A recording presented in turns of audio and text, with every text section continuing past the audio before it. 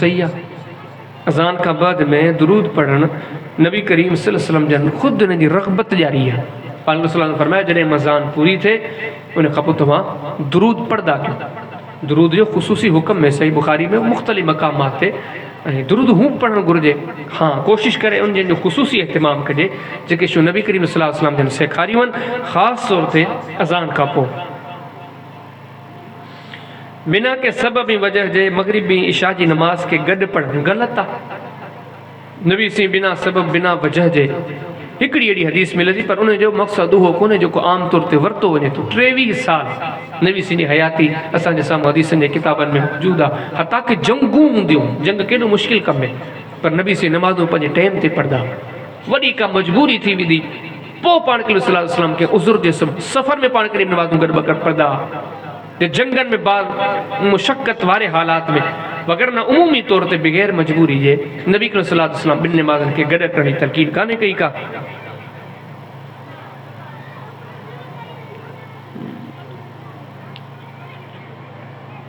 अॻियो सुवाल आहे त मुसलमाननि ते जिहाद फ़र्ज़ आहे या सिर्फ़ु हुक्मराननि जे मथां फ़र्ज़ आहे। हिकिड़ो सुवाल थोरो उर्दू में, उर्दू जा लफ़्ज़ मूंखे सम्झ में न पिया अचनि। बहरहाल हिकिड़ी शइ इहा आहे जो जिहाद हिकिड़ो इस्लाम जो फ़रीज़ो आहे, हिन में को शक कोन्हे को, पर असल ज़िम्मेदारी हुक्मराननि ते आहे। ज़ाहिरी ॻाल्हि आहे उहो त जिहाद कोन चइबो जो हुकूमत सां बग़ावत करे जिहाद करे। अल्लाह जे दीन में, अल्लाह जी शरीयत में जिते ॿिनि शयुनि जी मुमानत आहे उते ख़लीफ़े वक़्त सां हुकूमत सां बग़ावत इन जी बि इजाज़त कान्हे का। हाँ, महिनत कयो, असल असां वटि जेको मेन शइ महिनत कान्हे का। सभु को दाऊद करे तो हालात ख़राब आहिनि, ठाहे केरु जेको सॼो ॾींहुं ठाहिण जूं ॻाल्हियूं करे थो, थोरे खां पोइ खीर में पाणी मिलाए थो। असांजो जेको हाल आहे, असीं सभु मुल्क में हुक्मरान खे ॾाढो बुरो भलो यादि था कयूं, पर पुछो घर में लाइट उहा चोरी जी। असीं हुक्मरान ते वॾा छो था छॾियूं? मार्केट में सच असीं पाण बि कोन था ॻाल्हायूं। हक़ीक़त तव्हांखे ॿुधायां, हुक्मराननि में असां में फ़र्क़ु को बि कोन्हे। फ़र्क़ु रुॻो इहो आहे त उन्हनि वटि ताक़त आहे, असां वटि ताक़त कान्हे। असां वटि जे इक़्तिदार अचनि असीं ॿी कमु कयूं। हिकिड़ो असांजो दोस्त वीचारो फोत थी वियो, हिकिड़ा कड़ा जुमिला चवंदो, कड़ा जुमिला, पर यार सचा चवंदो असांजे माशरे में अक्सर माण्हू वस आहे फिरोन आहिनि। वस हुजे न हिन वटि इहा ताक़त ॾे, हीअ बि ईअं कंदा। कलील माण्हू आहिनि जिन खे अल्लाह ताक़त ॾे, इक़्तिदार ॾे, हैसियत ॾे, मनसब ॾे, सभु कुझु ॾे, पोइ बि सादगी अख़्तियार करे, पोइ बि आजिज़ी अख़्तियार करे। त उन करे माशरे में तब्दीली जी ज़रूरत आहे, जंहिंजे लाइ सभु खां वॾी ताक़त आहे तब्लीग अल्लाह जी। ऐं उन खां पोइ भला असांजे वस में इहो त आहे कसरत सां दुआऊं घुरो, रब उहे हालात पैदा करे। तव्हां त जिहाद जी ॻाल्हि पिया कयो, माशरे में नमाज़ कोन्हे। असांजे मुल्क में, असांजो मुल्क खे हलाइण वारे जेके बैंकूं आहिनि सूद ते क़ाइम आहिनि। असांजे मुल्क जी मईशत व्याज ते क़ाइम। बरमला तव्हां ॿुधो फिलाणी हुकूमत खां व्याज वरितो वियो, हुकम असांजो मुल्क व्याज ते पियो हले। क़ुरान चए थो त व्याजी जी सज़ा चाहे अल्लाह जे रसूल सां जंग करण लाइ तयारु थी वञे। हिकिड़ो माण्हू न 20 करोड़ क़ौम सॼी व्याज ते पई हले, हिन जा सभु कम व्याज ते पिया हले। असां वटि कारी रात आहे, किथे दीन आहे। बहरहाल दुआऊं बि घुरूं, महिनत बि कयूं।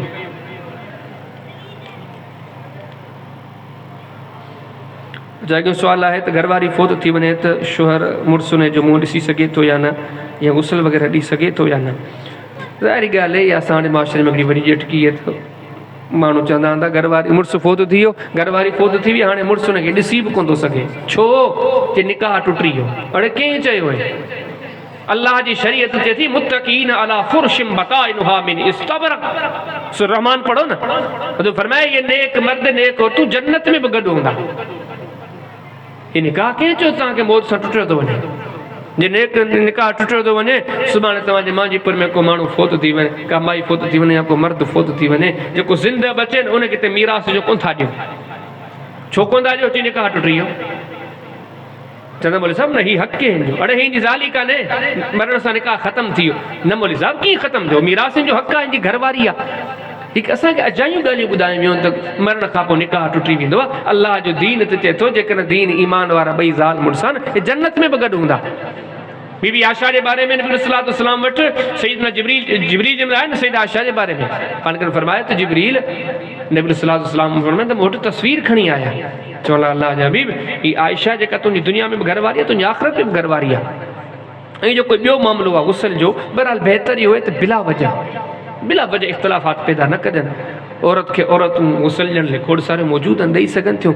बहितर है त अहिड़ो को कमु न कजे जंहिंमें ख़ाम खा एतिराज़ आहे। ॾिसो न असांजे दीन में अक़लमंदी खे बि वॾी अहमियत आहे। हिकिड़ो अहिड़ो कमु आहे जाइज़ आहे पर फितने जो ख़दशो आहे, दीन चए थो न कयो। सही बुखारी पढ़ो, किताबुल इल्म पढ़ो, मुख़्तलिफ़ मक़ामात ते। हिकु ॾींहुं नबी करीम सल्लल्लाहु अलैहि वसल्लम फरमायो, आयशा अॼु ती तव्हां ॾिसो था न काबतुल्लाह में जेके विया आहिनि, या अॼु बि तव्हां हिते हिकु तस्वीर ॾिठी हूंदी, काबे जे पासे में हिकिड़ी हतीम जी जाइ आहे, माना नंढड़ी हिकिड़ी भित आहे, सॼो काबो बुलंद ठहियल आहे, पासे में वरी नंढड़ी दीवार जेके आमतौर ते हतीम चवंदा आहिनि। नबी सी फरमायो, आयशा ये जेको हतीम जो टुकड़ो ॾिसींदी, असुल में इहो बि इन काबे जो हिसो आहे, हीउ इन बिल्डिंग पूरी जो हिसो आहे। पर आयशा जॾहिं मके वारनि ठाहियो पे, उन्हनि चयो त हाणे इन में सिर्फ़ु हलाल कमाई लॻाइबी। इन ते जॾहिं गौर वीचार खे ॾिसणो आहे त थोरी आहे। पोइ हुननि हिन टुकड़े खे ॿाहिरि छॾे ॾिनो। हुननि चयो जॾहिं वरी मज़बूत थींदासीं न, पोइ इन खे मुकमल करे बैतुल्लाह में शामिल कंदासीं। बीबी आयशा चयो, अल्लाह जे रसूल, पोइ अॼु तव्हांजा हालात त मज़बूत आहिनि, मुस्लमाननि जा हिकिड़ी स्टेट क़ाइमु थी चुकी आहे, मामलात मज़बूत आहिनि, पोइ तव्हां भला इन टुकड़े खे बैतुल्लाह में शामिल कयो। नबी सी फरमायो, आयशा इन मामले में सोचां थो, नवां नवां माण्हू मुस्लमान थिया आहिनि, ऐं जे इहो कमु कयां थी सघे थो ईअं बि चवंदा हाणे इन पैगंबर ॿिया त कमु ठहियो, हाणे काबो बि ठहिराए छॾियो आहे। त उन करे इन फितने खे जनम ॾियणु कोन थो चाहियां। त हिकु औरत खे जेकर औरतूं गुसल ॾियनि थियूं, आम मुआशरे में गुंजाइश मौजूदु आहे, औरतूं मौजूदु आहिनि, हाँ बाक़ी गुंजाइश आहे। अबू दाऊद शरीफ़ में हदीस मौजूदु है, बीबी आयशा हिकिड़ी ॻाल्हि कंदी हुई, फरमाइनि थियूं त नबी करीम सल्लल्लाहु अलैहि वसल्लम जी वफ़ात जे वक़्तु असांखे हिकिड़ी ॻाल्हि यादि कान आई। उहे ॻाल्हियूं अॼु असांखे साम्हूं आयूं। जे इहे ॻाल्हियूं असांखे उन टाइम ते यादि हुजनि हा त नबी करीम सल्लल्लाहु अलैहि वसल्लम जिन खे गुसल असीं पाण ॾियूं आहे, त गुसल ॾियणु जाइज़ आहे, पर कोशिशि कंदा कयो इन मामलात ते ख़ाम खां बिला वजह मामलात खड़ा न कंदा कयो। अॻियो सुवाल आहे, जनाज़े नमाज़ खां पोइ दुआ करणु कीअं आहे? ॾिसो असीं मुस्लमान आहियूं, असीं मर्ज़ी जा बंदा कोन आहियूं। हदीसनि जा किताब अॼु बि माशाअल्लाह मुआशरे में मौजूदु आहिनि। नबी करीम सल्लल्लाहु अलैहि वसल्लम जन जनाज़े में जेके बि दुआऊं कयूं आहिनि, उहो नमाज़ में कयूं आहिनि ऐं वॾियूं भलियूं कयूं आहिनि, तमामु सुठियूं। मुस्लिम शरीफ़ तव्हां पढ़ो, किताबुल जनाज़ पढ़ो, बाबु दुआ फिल जनाज़ा पढ़ो। नबी से हिकिड़ी जनाज़े में दुआ पढ़ी, हिकिड़े साहिब सॻोरे पोयां बीह उहा दुआ ॿुधी, उहो हदीस में चए थो, उन जॾहिं दुआ ॿुधी न, चए थो हाय काश इहो जनाज़ो मुंहिंजो हुजे हा, जो नबी सिंह जो दुआऊं मूंखे नसीब थियनि हा। हिकिड़ी दुआ न, भले केतिरियूं दुआऊं जनाज़े में, जेकॾहिं अॼु उहो सुन्नत मुताबिक़ जनाज़ो पढ़ूं 5-7 मिंटनि जो जनाज़ो 10 मिंटनि जो थी वञे, नाराज़ न थीजो।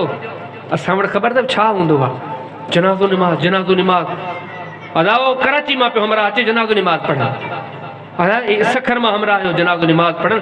बाद मरतबा त दोस्त यार बुतार ॿाहिरि मुल्क मां ईंदा, हा सभु कीअं आया जनाज़े जी नमाज़ पढ़ंदा कीअं आहियूं, हिकिड़ो मिंट बि वॾो आहे। नाराज़ न थीजो, दुनिया में हिकिड़े माण्हू जी न हेतिरी कोताही हुजे, हिकिड़ो माण्हू हिकिड़े माण्हू वटि हली वञे, यार हाजी साहब माफ़ करियां, छोकिरे मारे तुंहिंजो पाणी भॻो हो, इन माफ़ कराइण में बि टाइम लॻंदो। हाजी साहब तूं असांजो वॾो हुई, सुठो हुई, भलो हुई, सभु ॻाल्हियूं, पर छोकिरे मारे मिड़े ग़लती कई, माफ़ कजांइ। हेतिरी ग़लती माफ़ कराइण जे लाइ असां दुनिया जे बंदे वटि वेंदा आहियूं, 2-3 मिंट लॻंदा। जनाज़ो खणी असीं हिकिड़े माण्हू जा 70 साल जा गुनाह बख़्शराइण आया, यकीन ॼाणे वजह असीं जनाज़ा ईअं था पढ़ूं, माशरे में ॾिसूं था अल्लाह अकबर अल्लाह अकबर अल्लाह अकबर, ख़बर ई कान्हे सलाम भराजी। जनाज़ा ईअं पढ़बा, नबी सी ईअं पढ़। वॾी दुख जी त ॻाल्हि इहा आहे, अॼु जे मुस्लमान खे त इहा ज़हमत ई कान थी मिले त कंहिं कम में सोचे त दीन में आहे की असांजे नबी सी कीअं जनाज़ा पढ़िया। दुनिया जे कमनि में वॾी परख आहे अॼु मुस्लमाननि वटि। अरे 24 नवंबर जो ॾींहुं आहे न, ऐं हिते का उक्ती सुक्ती ॻाल्हि कयां, यकीन ॼाणे मूंखे बाद में 5 मरा फिरींदा। साईं इहो कहिड़े न्यूज़ से तव्हां ॿुधी, कहिड़ी अख़बार में हो साईं? एॾी वॾी अंधेर नगरी मज़हब जे नाले ते मौलवी का बि ॻाल्हि कर, मजाल माण्हू कुझु न, बाबा साईं आहे सही थो चए। उहो साईं जेकॾहिं हिन वारे चवे न हिन पार्टी खे वोट ॾियो, साईं जी कोन मञींदा। अरे साईं साॻो ई आहे, उहो साॻो साईं चए थो हिन खे वोट ॾियो, साईं जी कोन मञींदा। छा साईं कूड़ो आहे, बुछड़ो आहे? न साईं भलो आहे, पर न साईं जी ॻाल्हि सही कान्हे। दीन एॾो सस्तो असां करे छॾियो आहे, एॾो बेअहमियत दीन। तॾहिं त ॾिसो था जेतिरियूं मस्जिदूं एतिरा दीन, हिन मस्जिद वारे जो पंहिंजो दीन, हुन मस्जिद वारे जो, सभु ख़ुशि आहे, को ज़हमत ई कोन थो करे त क़ुर पढ़ूं हदीस पढ़ूं। आहे छा?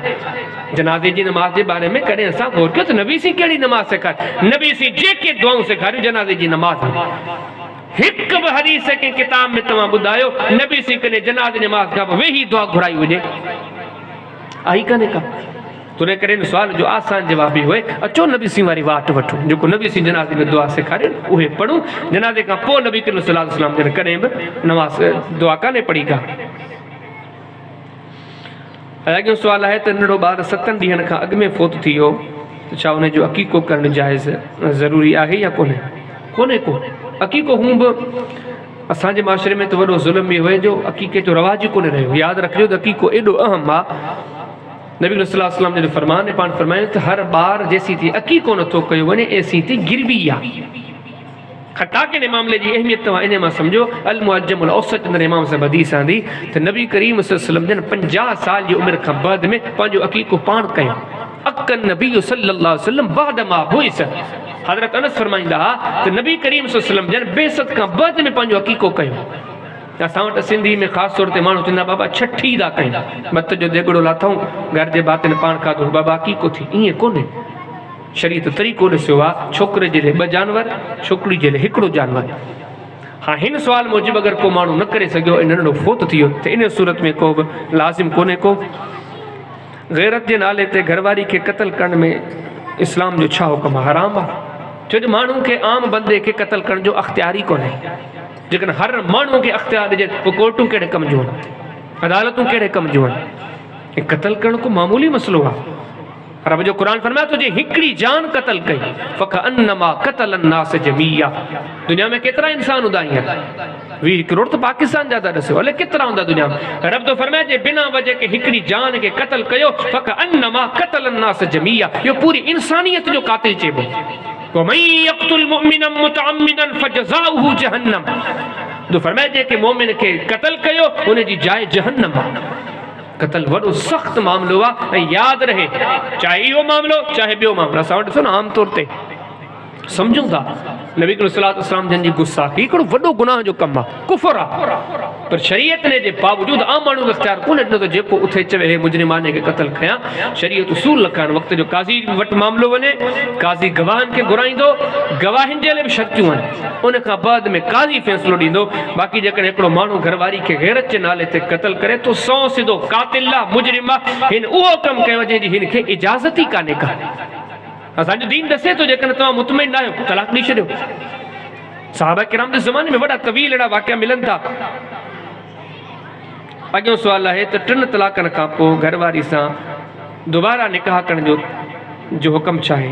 इन लाइ शर्त आहे जेकॾहिं 3 तलाकूं ॾिनियूं आहिनि हिकिड़ी जाइ ते मसइल हिकिड़ी मजलिस में तलाक तलाक तलाक त इन तलाक जो हुकुम इहो आहे जेकॾहिं इद्दत जे अंदरि अंदरि माना 3 महीननि जे अंदरि जेकॾहिं रुजू थी वियो त निकाह जी ज़रूरत कान्हे।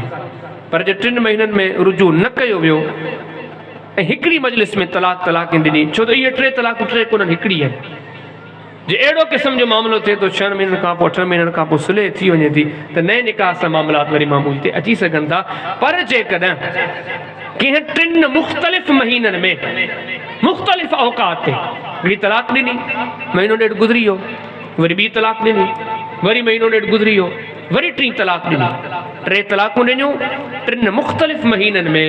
यादि रहे त इन ॾिनल तलाकनि खां बाद में कंहिं बि सूरत में उन ज़ाल मुड़ुस जो उन मर्द ऐं उन औरत जो ॿीहर निकाह जाइज़ कोन्हे। हाँ हिकिड़ी सूरत आहे जो हुननि वञी करे बाद में को ॿियो रिश्तो कयो औरत वञी करे ॿिए सां निकाह कयो उहो बि इन इरादे सां न त हिन सां निकाह कयां वरी हिन खां तलाक वठां वरी अॻे मुड़ुस ॾे मोटी इहो हराम आहे। शरीयत ने खे मलून करार ॾिनो आहे। हाँ ईअं ते उहो निकाह थियो कि ॿिए मर्द सां या ते तलाक थी वई या तो मर्द फोत थी वियो हाणे उहा औरत आज़ाद आहे। हाणे उनखे शरीय इजाज़त ॾिनी आहे उहो पहिरियों मुड़ुस जंहिंखे 3 तलाकूं ॾिनियूं हुयूं हाणे जे उन ॾे रुजू करे त शरन ने शरी गुंजाइश मौजूदु आहे। हाणे दुआ था गुरू अल्लाह ताला मुंहिंजी तव्हांजी हाज़िरी क़बूल फरमाए मुंहिंजो तव्हांजो वेहण अल्लाह ताला बा मक़सद बनाए। हितां असीं वञूं त अॼु अल्लाह जे दर ते सची तौबा करे उथूं। अॼोको प्रोग्राम असांजी